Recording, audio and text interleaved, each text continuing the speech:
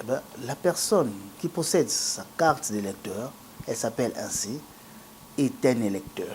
Dans les limites suivantes, qu'elle s'est fait enrôler une et une seule fois.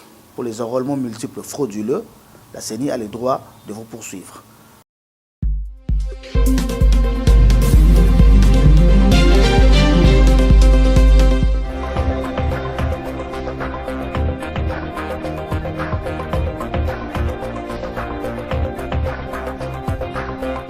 Après la centralisation des données, il y aura l'opération qu'on appelle nettoyage ou déduplication.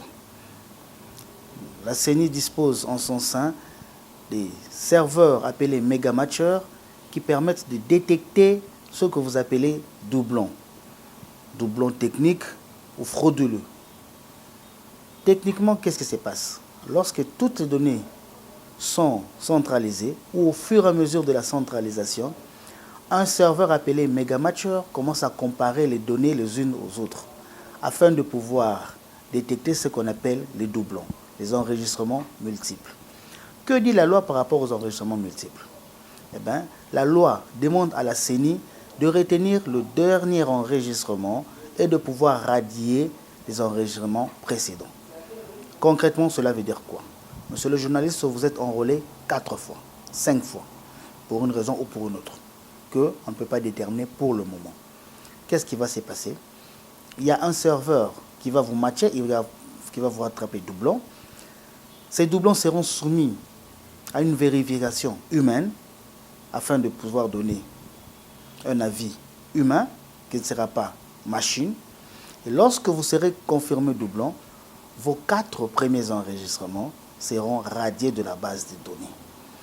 Donc cela voudra dire que si vous êtes enrôlé, je donne un exemple, pour la première fois à la Gombe, la deuxième fois à Massina, la troisième fois à Matadi, la quatrième fois à Mbandaka et la dernière fois à Njili, sachez que l'enregistrement qui sera retenu dans la base de données de la CENI sera celui d'Njili.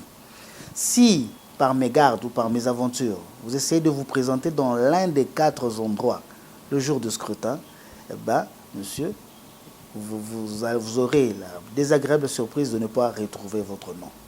C'est ce que nous dit la loi. Donc, il y aura un nettoyage du fichier. À partir du nettoyage du fichier, radiation des doublons.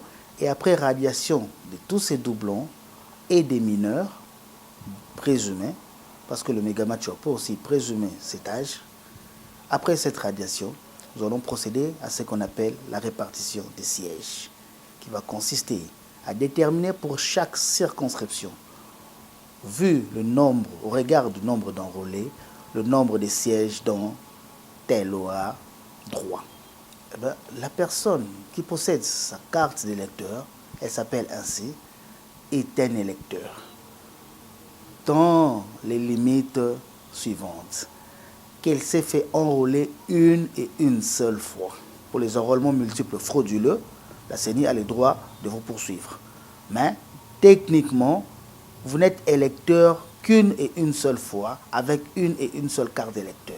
À moins, autrement encore, qu'il y ait ce qu'on appelle un contentieux sur votre enrôlement.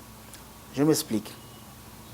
Après la période d'enrôlement, il y aura 15 jours de traitement de contentieux au niveau du centre d'inscription.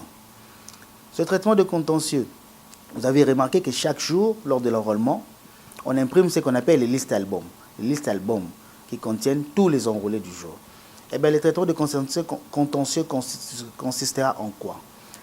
Un autre électeur peut, ou un autre Congolais, peut, pendant ces périodes de contentieux, et même pendant la période d'enrôlement, venir contester votre enrôlement. Si vous êtes un mineur et qu'il est avéré qu'il vous l'êtes, un militaire ou même un étranger, ce qu'on appelle un interdit. Ça veut dire que vous n'avez pas le droit de vote au Congo. Il peut contester cet enrôlement et tous ces dossiers seront traités pendant cette période de contentieux. Vous pouvez, avec votre carte électeur, constituer un contentieux et lorsque le contentieux est bouclé et qu'il s'avère prouvé que vous êtes un interdit, vous n'avez pas le droit de voter, la CENI est dans l'obligation de vous radier de la liste électorale.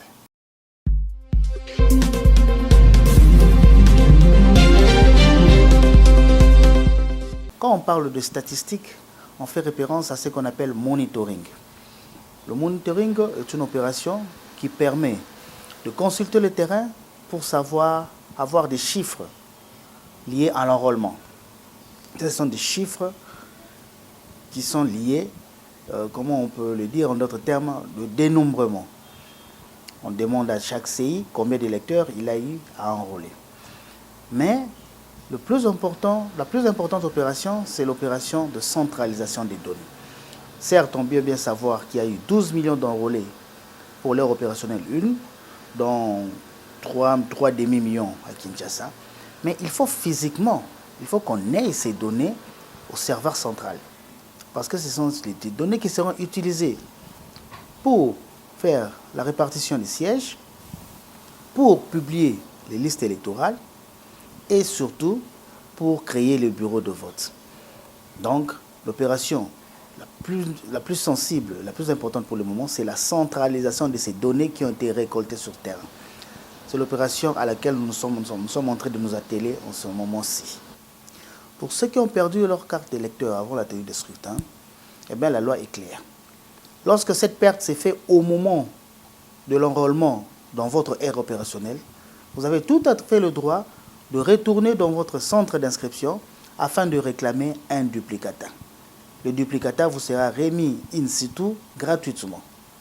Si cette perte s'est faite après la fin de l'enrôlement dans votre aire opérationnelle, là, vous serez obligé d'attendre le lancement des duplicata, de la période des duplicata, qui vient souvent après la fin totale des opérations d'enrôlement, afin de pouvoir récupérer votre duplicata, mais cette fois-ci au niveau du siège de la CENI dans votre circonscription.